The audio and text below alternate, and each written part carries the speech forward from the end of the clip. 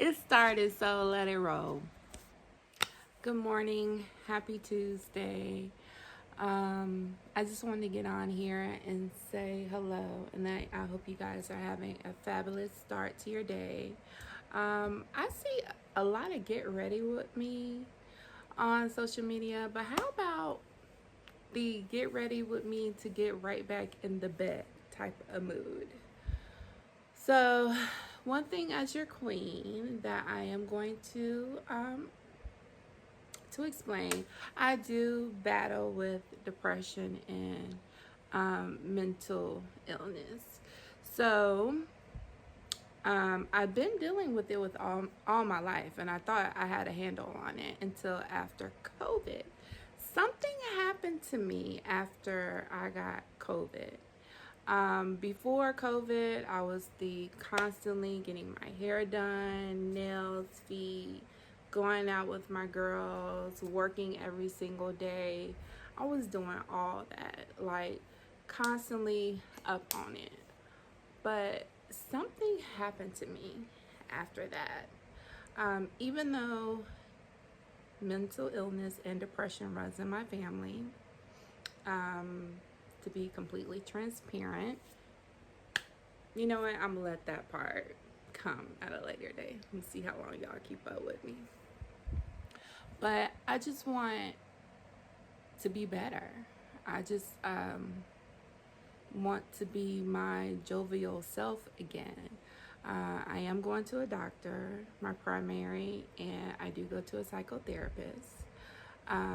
It's not the type of mental illness that I want to not be here on this earth or hurt other people.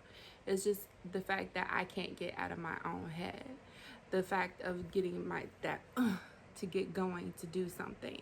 Like I'll be sitting here and I'd be like, "Oh, I need to go outside and go to Target. I need to go to the grocery store. I need to go do this." And then it's like, "Nah, I don't want to do that." And then once I get out, if I do decide to do it, something to happen, and I'll be like, "See, this is why I don't come out. This is exactly why I don't come out." But my team of doctors, they're working together to try to balance me out. And then let's not forget, I am an older woman. So I don't know if my hormones are playing a part of it, and I have other little stress triggers going on in my life with family members. So that's one. Um, my mom and I aren't really talking to each other right now. My father is deceased, and my parents were married when my father passed away. My father was diagnosed with multiple sclerosis when I was 9. And so after that, my father, if anybody knows about multiple sclerosis, he just continuously trended to um, go downhill. So at the beginning of my senior year in high school, the doctor said that my mom and I and the nurses that were coming in could no longer take care of my father, that he needed to be in a facility 24 hours a day. Because before, my mother had turned our downstairs into like his area. It looked like a hospital. Um, they were in and out, nurses all the time, in and out, in and out, in and out. So, dealt with that, and then that became a part of me having to go visit my father in the nursing home. And then this was at the point where my father could not talk, my father could not walk, he could not eat. Um, he had a colostomy bag, he had a feeding tube, and he just went down. The doctor said they had never seen a case like that before, how hard MS hit my father. That's why, honestly, today when I see commercials about medicine for MS and how people are thriving, I'm so happy for that. But then it's a part of me that's bitter because I'm like, why couldn't you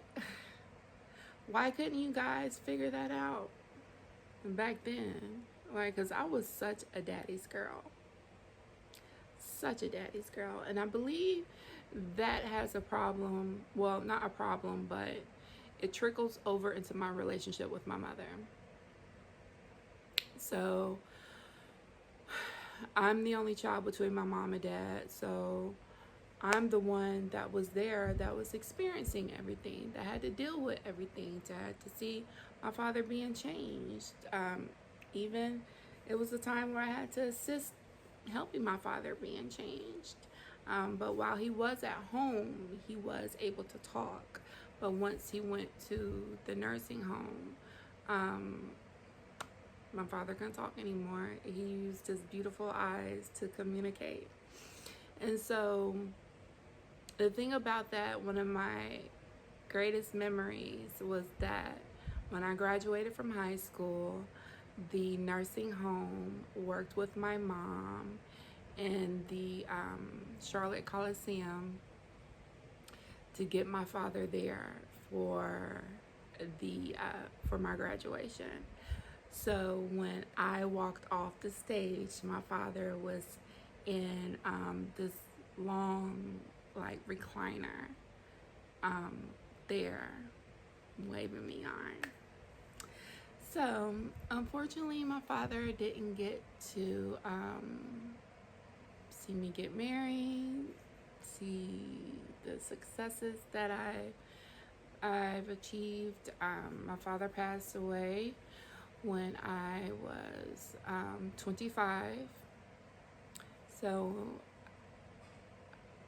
I really miss my father, and I don't know if that's something that's triggering me now that I'm holding on to, that's starting to me never really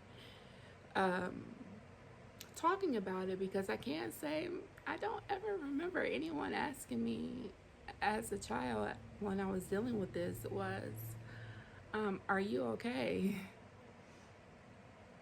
I don't ever remember that. It was just all focused on my mom. And I think if you have a spouse or a family member that has an illness or a sickness and they have children, check on the children.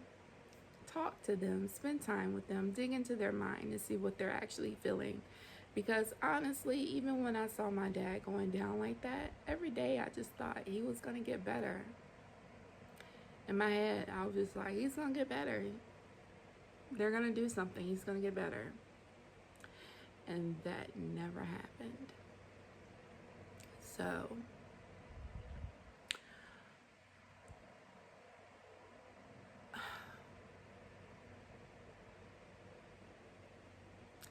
love on your family. Love on your friends. Life is too short and too fragile to be worried about the BS. Especially if, I always say, if you didn't mess with my family, my kids, my man, my money, we could get through it. But if you are out there and you are dealing with mental illness or depression, please don't be afraid and embarrassed to reach out to speak to a doctor, because you think you're okay until you're not. And at this point, I have just been battling with my own thoughts. And I have so much to be happy for. My boys are great. My husband. I have a wonderful support system with my friends. And my family on my mom's side. But even though we are queens, we go through things, and just don't be afraid to talk about it, and don't be afraid to tell somebody that you need help, because I was spiraling and really losing my mind. And don't forget, like, right now, especially with women, when you're hitting your 30s, I'm gonna say 30s, When you're in your 30s, things are changing. You are changing. And then if you're in a relationship, that man needs to understand the older you get, you're not going to be that same person that he met when you guys were 23, 24, 25, or however. The older you get, you start to know yourself. You start to realize, I don't like what I thought I liked. I like this now. I want to try this now. Like, it's just a difference. So don't be afraid to talk things out and just voice your opinion. Have your word and be strong with your word. I love you, Queen.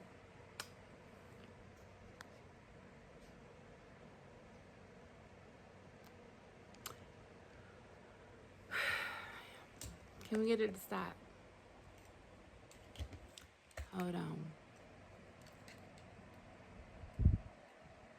Things happen. I'm probably not even going to edit that part.